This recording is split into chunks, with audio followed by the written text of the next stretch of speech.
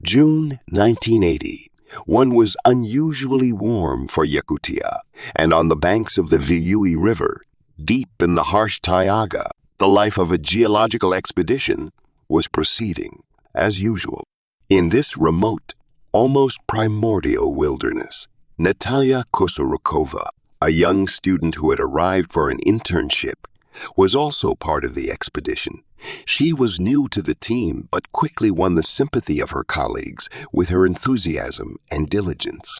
Her knowledge and ability to adapt to the challenging conditions of the harsh environment earned her the respect of even the most experienced geologists. However, no one could have predicted how quickly the situation in the camp would change, turning from routine into a tense tragedy. That day began like all the others. Early in the morning, the familiar sounds of the camp could be heard.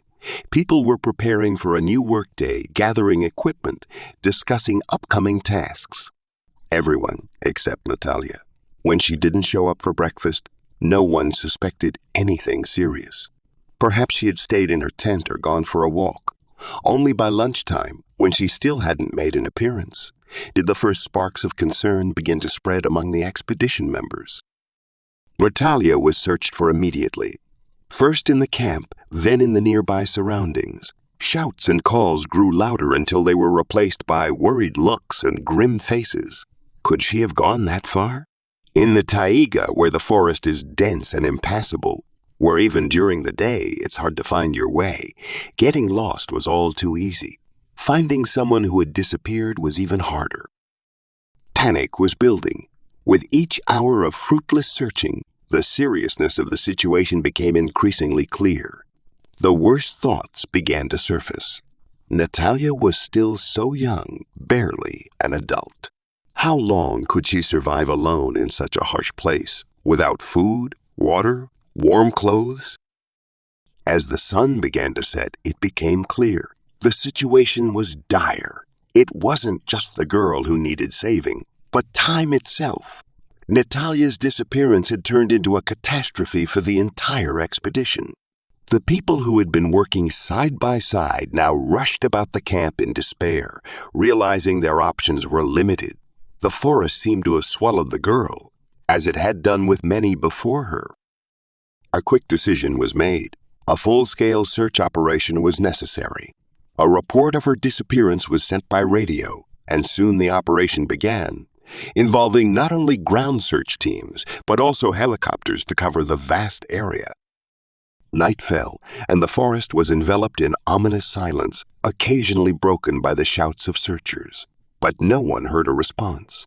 Natalia had vanished, and only the stars above the remote Taiga knew what had really happened. The morning of June 17th greeted the camp with a tense silence.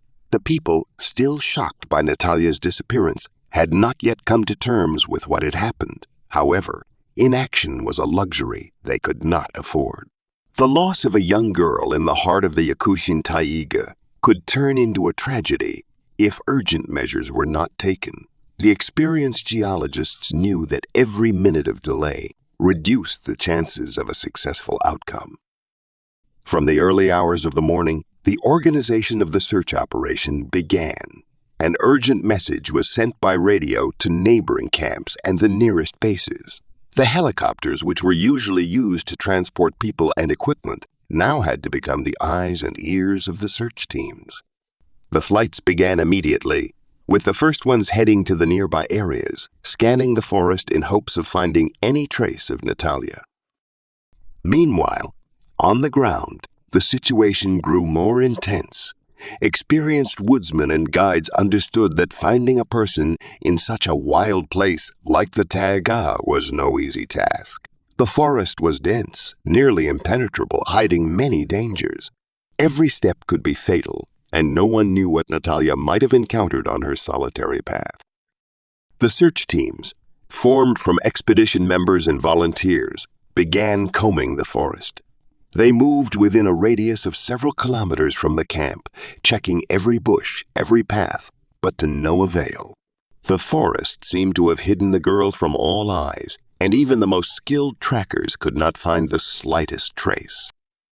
The days dragged on, one after the other, and the search results remained dismal. Time passed and hope for a favorable outcome faded. In desperation, people called out for Natalia, fired shots into the air, launched signal flares, but the forest remained silent. The fear for her life became overwhelming, and no one could say what had become of the girl. Meanwhile, the search continued with unwavering determination. The weather, which had been relatively favorable at first, began to worsen. Summer in the Taiga is a time of rain and dampness. The worsening weather became a real test for the search teams. The forest turned into a swamp, making it difficult to move, and the rain washed away any traces that might have led the searchers to the missing girl. Despite all efforts, Natalia remained unfound. The chances of her rescue diminished with each passing day. The people who had begun the search with enthusiasm and faith in success were now full of doubts and despair. Thoughts raced through their minds about what might have happened to the young girl in these harsh conditions. The helicopters continued their flights, and the ground team stubbornly combed the area. But each day ended with only new disappointment. Natalia seemed to have dissolved into the Taiga, leaving behind only pain and unspeakable fear in the hearts of those who searched for her. Night was falling, and only muted voices could be heard in the camp. The people were tired, but they couldn't allow themselves to give up. Somewhere out there, in the vast taiga, perhaps lay their missing colleague in need of help. And they continued to search, even when the chances of success were minimal. Days turned into weeks, relentlessly moving forward, and Natalia remained unfound. Meanwhile, the Taiga, this ruthless and unpredictable force of nature, imposed its harsh demands on those who dared to challenge it. For the search teams, each new day became a test of endurance, but what Natalia herself was experiencing remained only a matter of speculation. The summer taiga is not just a forest. It is dense thickets, intertwined tree trunks and shrubs, deep swamps and quagmires, treacherous rivers with fast currents. It's a place where a person easily loses orientation and, finding themselves alone with nature, quickly realizes their vulnerability. During those days, the swarms of mosquitoes and midges attacking anyone who dared to step out into the open turned every movement into a hellish torment. Without special protection from insects, a person was doomed to suffer. Those who tried to survive in the taiga knew that it required not only physical strength, but also mental fortitude. It was one thing to work in a team surrounded by people and equipment, and quite another to be alone in the impenetrable forest, where every step could be your last. Without food, without fire, and without warm clothing, Natalia found herself in conditions that few could endure. Her youth and inexperience worked against her. The searchers understood that even an experienced woodsman would find it extremely difficult to survive in such conditions. And Natalia was still just a girl, accustomed to civilized life. Her chances of survival seemed slim. With each day spent searching, the belief that she could be found alive weakened. Moreover, the weather relentlessly worked against the searchers. Cold rains that began at the end of June turned forest trails into muddy and slippery paths. The crossings became increasingly dangerous and exhausting. Those who had recently embarked on the search with confidence now began to doubt their own abilities. Feet sank into the mud, water soaked through their boots, and the rain mercilessly washed away the last traces that could have indicated Natalia's presence. Gloomy predictions were becoming reality. At some point, it seemed that nature itself had rebelled against human efforts. The searchers realized that even if Natalia was still alive, her chances of being rescued were diminishing with each passing day. The rain, instead of clearing the air, became an additional obstacle, making the search practically impossible. Nevertheless, the people did not give up. Despite growing fatigue and the fear of inevitable defeat, the search teams continued their work. They knew that their efforts might be in vain, but no one could afford to stop. The taiga might have been stronger than man, but they could not simply surrender. And somewhere deep in the forest, Natalia continued her journey. With each step, she ventured further into the taiga, digging into the unwelcoming and harsh ground, as if hoping to find a way out of this hell. But the forest wouldn't let her go, and each new day brought more trials that she had to overcome in order to stay alive. June 24th arrived, the 9th day of the search. Those involved in the operation had already begun to lose hope for a favorable outcome. Natalia remained a ghost, vanished into the merciless and endless taiga, as if she had never existed. But on this day, an event occurred that made everyone believe in a miracle again. One of the search teams, combing remote areas several dozen kilometers from the camp, managed to find tracks. These footprints left on the damp ground suddenly gave the searchers what they had been lacking in recent days: a direction. The tracks led not towards the camp but in the opposite direction, which puzzled all the participants in the search. Why was Natalia moving in the wrong direction? Experienced guides knew that in Taiga it was important to stick to rivers or other landmarks that could lead to people. However, for some inexplicable reason, Natalia seemed to ignore these rules and headed deeper into the forest, where the chances of encountering others were minimal. The tracks suggested that she did not stop, did not try to turn back. This was alarming and raised even more questions. Could panic have clouded her judgment? Or perhaps she simply did not understand where she was and hoped for a miracle, for a random encounter with people? Such thoughts tormented everyone involved in the search. After the tracks were found in an area far beyond the original search zone, the entire operation shifted into a new mode. The search teams began urgent redeployment to this area, trying to quickly organize a thorough sweep of the territory. Helicopters now patrolled this part of the forest, scanning every square kilometer of land in hopes of finding even the slightest sign of Natalia's presence. But the search efforts once again faced difficulties. Despite the encouraging discovery, the forest remained unforgiving. As the teams pursued these tracks, they encountered new obstacles: rivers, swamps, impassable thickets. Yet they continued to push forward, for now they had a clear goal: to find the girl who, it seemed, was still alive and moving. Over the next few days, June 25th, 26th, and 27th, the search groups, led by experienced guides like Yuri Velik and Albert Peturov, diligently combed the area. Helicopters circled above the forest, changing routes to cover the maximum area. Each group had its own strategy, its own understanding of where Natalia might be headed. However, the weather continued to erect new barriers. The rains, which had begun a week earlier, kept pouring, as if underscoring the hopelessness of the situation. The ground was soaked with water, and the searchers had to struggle not only with fatigue, but also with the elements, which turned their work into an exhausting ordeal. But despite all the difficulties, the tracks provided hope. Even the most hardened participants in the operation understood. If Natalia had left them, it meant she was still alive. And this knowledge drove them forward through the unforgiving taiga, towards the unknown, where perhaps they would find not only Natalia, but also the long-awaited end to this nightmare. Meanwhile, the search operation had reached its peak. Exhausted and worn-out people were still combing the forest despite the difficulties. For many, it had become a matter of honor to bring the girl back alive. The helicopters, despite the worsening weather, continued their flights, covering as much territory as possible. But the rain, almost as if on purpose, hindered visual observation, washing away all traces and reducing the chances of success. At the end of June, a tragedy occurred that shocked everyone involved in the search. Shnyrev, one of the drillers who had selflessly participated in the operation, tragically died after being struck by the propeller of a motorboat. This was a grim reminder of how dangerous and ruthless nature can be.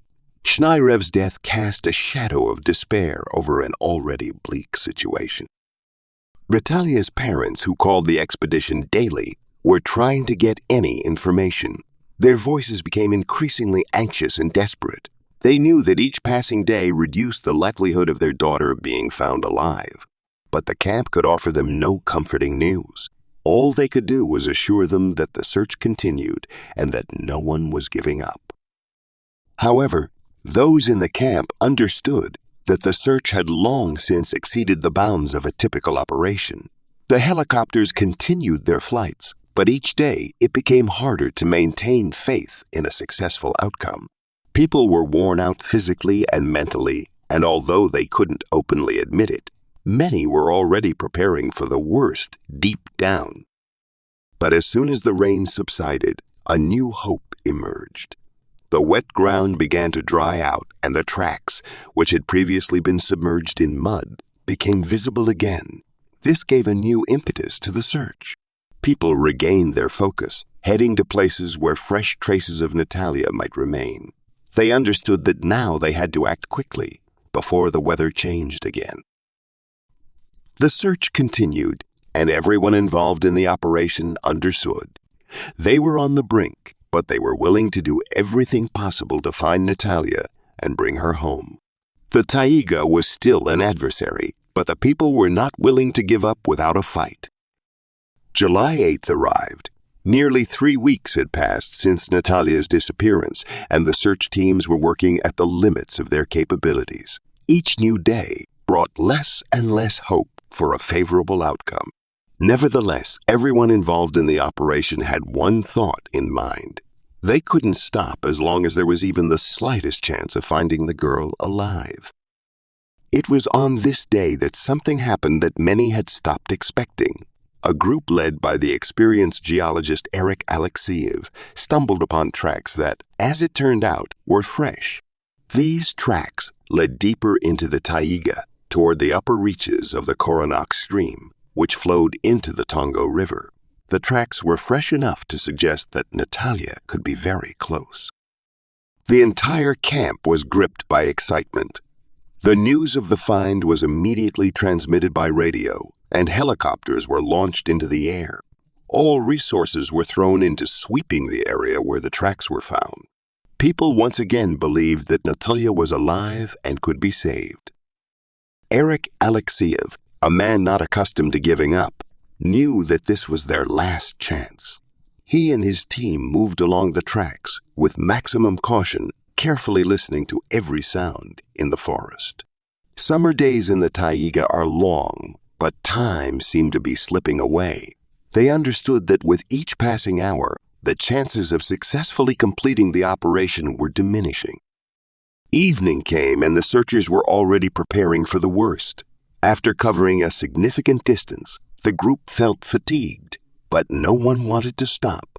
They knew that Natalia was somewhere nearby, and each new step could be the one that would lead them to her.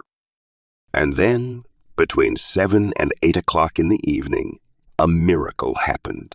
Far from the camp, amidst dense grass, they noticed a faint movement. At that moment, an emaciated figure rose from the tall grass. It was Natalia. The girl who had gone missing almost a month ago was alive.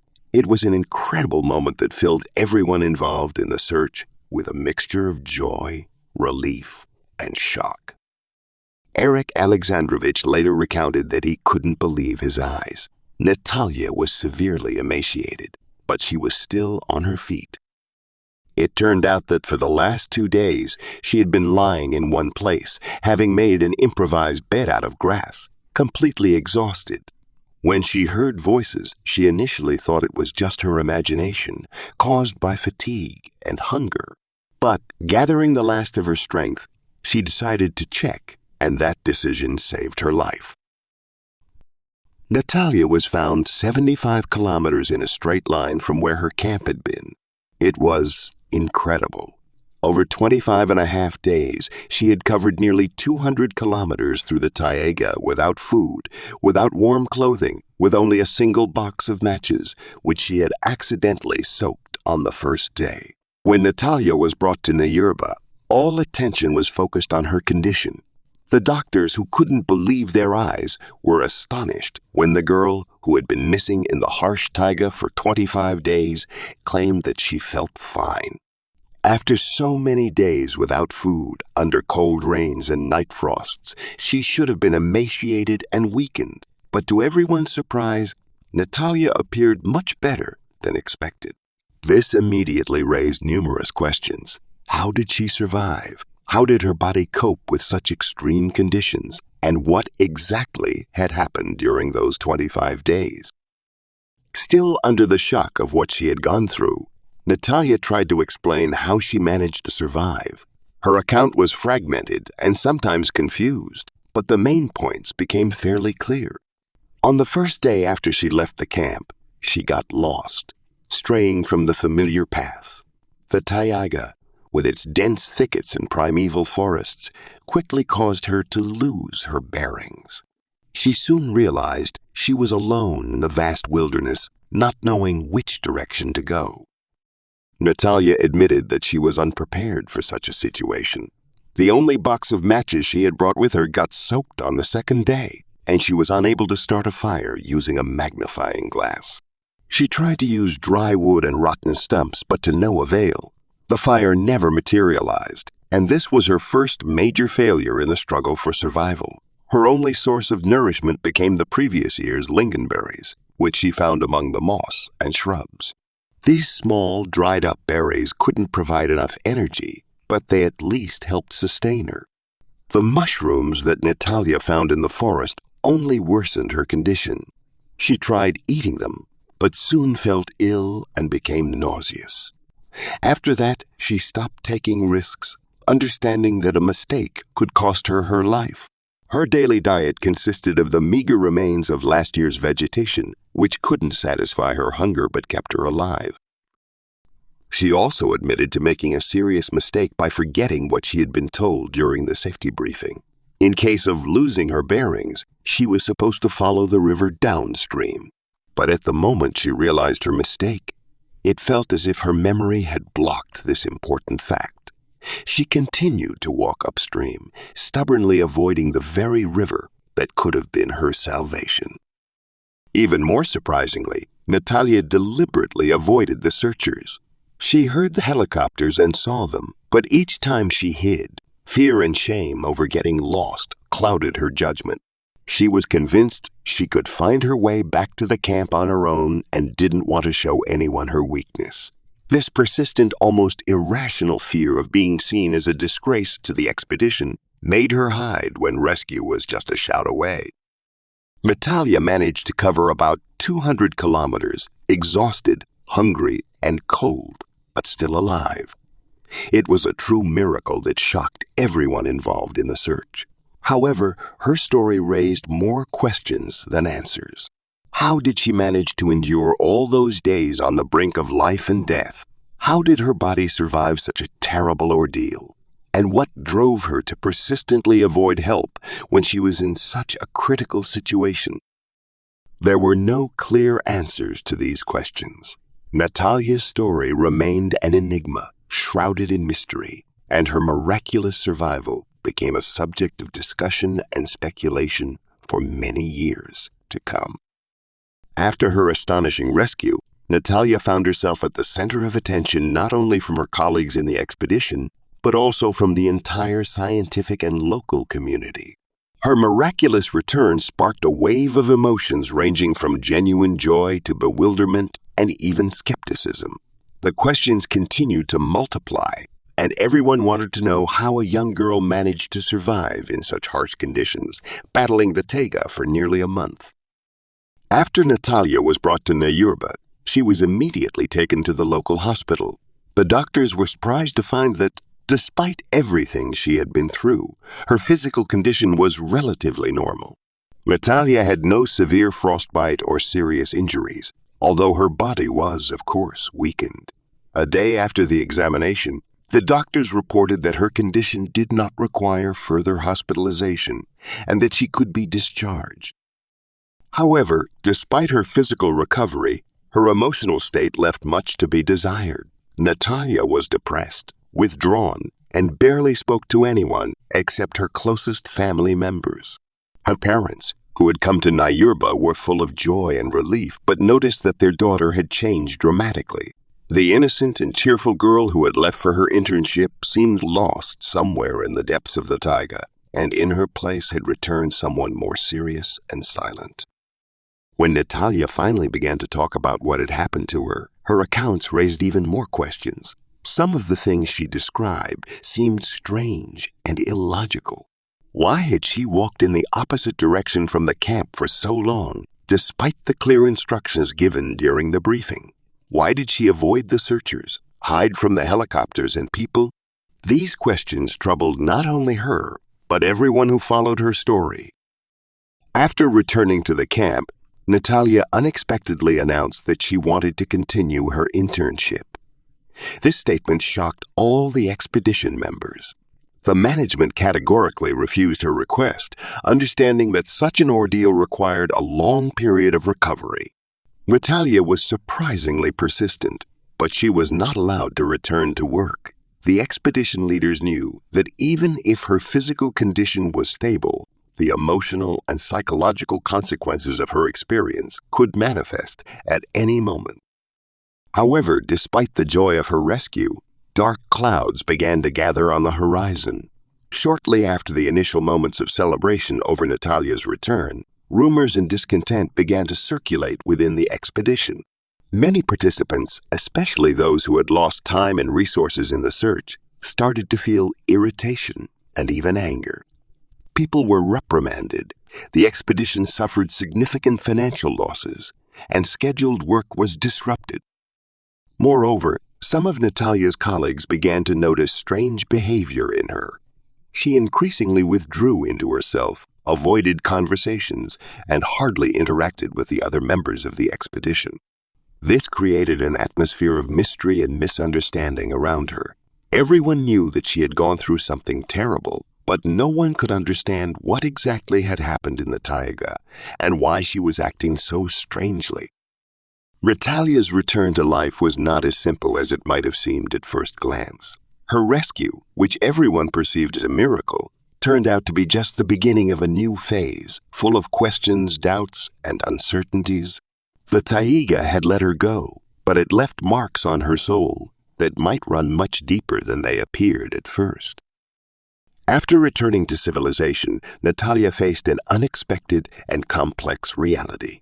Although her physical condition quickly improved, the psychological consequences remained in question.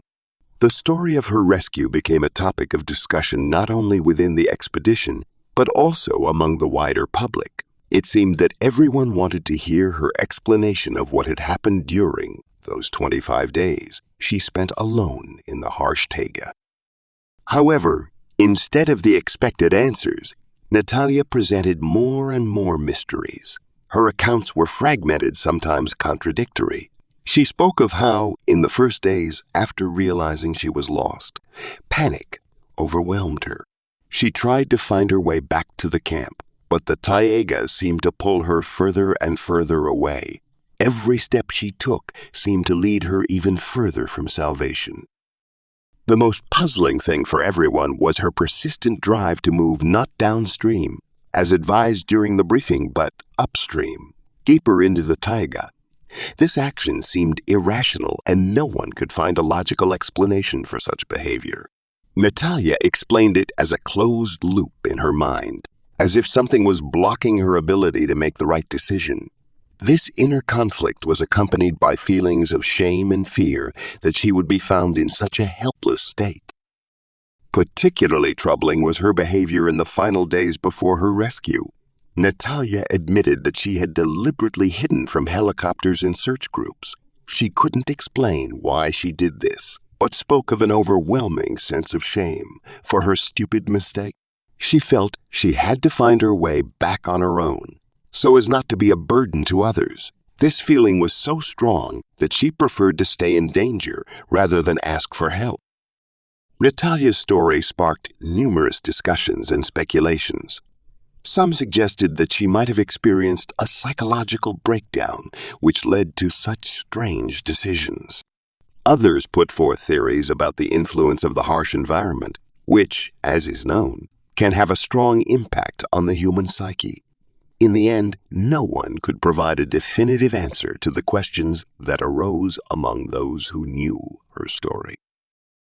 Meanwhile, the consequences of her disappearance were felt within the expedition. Many participants, especially the leaders, were reprimanded for failing to ensure safety and coordinate the search efforts. The months spent searching for Natalia turned out to be lost time for the expedition, leading to delays in the planned work and, consequently, financial losses. This caused frustration among some team members who did not hide their dissatisfaction. In addition, Natalia herself became the object of discontent and even resentment from some colleagues. They saw her as the source of the problems that had befallen the expedition and believed that her actions had led to unnecessary sacrifices and losses. This created an atmosphere of distrust and alienation around her. Natalia, already experiencing an internal crisis, withdrew even further into herself, avoiding contact with others. It took some time before Natalia could leave and attempt to return to normal life. But even after that, her story continued to haunt the minds of those who had witnessed these events. Questions about what really happened in the Taiga remained unanswered.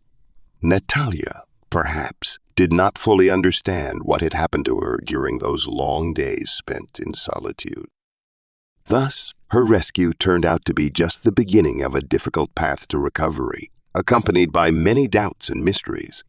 The Taiga had let her go, but it had left an indelible mark on her soul, one that might never fully disappear. Weeks passed since Natalia's return to civilization, but the story of her disappearance and rescue continued to live on in the conversations and thoughts of those who had been involved in these events. Time passed, but the questions remained unanswered. What really happened during those long days she spent in the Taiga? How did a girl, with almost no preparation, manage to survive in conditions that would be deadly, even for experienced woodsmen? Rumors and speculations multiplied. Some believed that Natalia had been helped by unknown forces of nature, while others claimed that her survival was purely a matter of luck and her robust health. However, no one could explain how exactly she managed to survive for so long, avoiding not only people but also the simplest instincts of self-preservation. Some of the expedition members discussing what had happened began to put forward their own theories. Some speculated that Natalia might have been experiencing a psychological crisis even before she went into the forest. Perhaps loneliness and the pressure of expectations played a role, and once alone, she was unable to make the right decisions. Others, more superstitious, hinted at mystical forces that might have influenced her consciousness, driving her further and further away from people. Now, as she returns to life, Natalia must learn to live anew, not only with the memories of her mistakes and fears, but also with the shadows that the Taiga left in her soul. Perhaps she has a long journey ahead to come to terms with what happened and find new meaning in life. But one thing is clear. Her story will remain in the memory of those who witnessed this incredible ordeal as a mystery that will never be fully solved.